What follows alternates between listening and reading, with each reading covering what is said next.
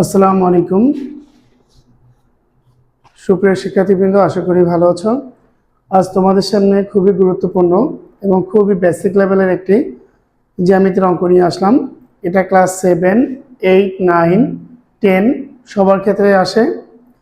Class 7-এর ত্রিভুজ অধ্যায়ের একটা অঙ্ক এটা।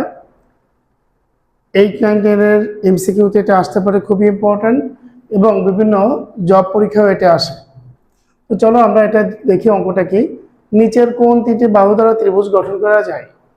এখানে তিনটা বাহুর মান দিয়ে আছে, চারটা অপশন দিয়ে আছে, এর মধ্যে কোনটা সঠিক আমরা দেখব। তো আমরা জানি ত্রিভুজ গঠনের একটি শর্ত আছে, ত্রিভুজের যে কোনো দুই বাহুর সমষ্টি তৃতীয় বাহু অপেক্ষা বৃহত্তর। তো আমি শর্ত লিখছি যে তিনটা বাহু যদি এ বি সি হয়, তো A plus B greater than C, এই দুইটা বাহুর যোগফল তৃতীয় বাহু থেকে বৃহত্তর।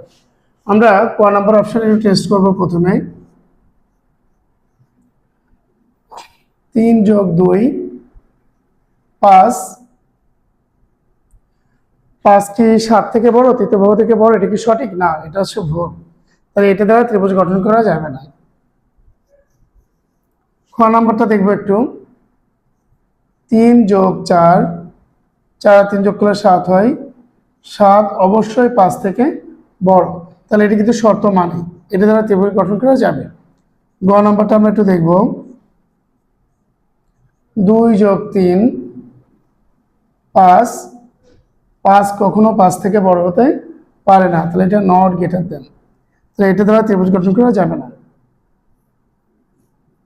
ঘ নাম্বারটা একটু দেখবো আমরা।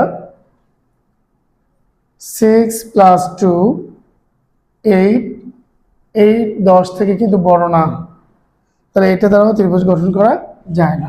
তাহলে ত্রিভুজ গঠন করা যায় শুধু খ নাম্বার অপশন দ্বারা। তো অঙ্কটি যদি তোমরা বুঝতে পারো, যদি ভালো লাগে তাহলে কমেন্ট করে জানাবে এবং তোমার বন্ধুদের মাঝে শেয়ার করবে, যেন তারা উপকৃত হয় এবং তোমার এই শেয়ারের মাধ্যমে তারা যেন অঙ্কটা শর্টকাট টেকনিকে সমাধান দিতে পারে। সবাইকে ধন্যবাদ। আসসালামু আলাইকুম।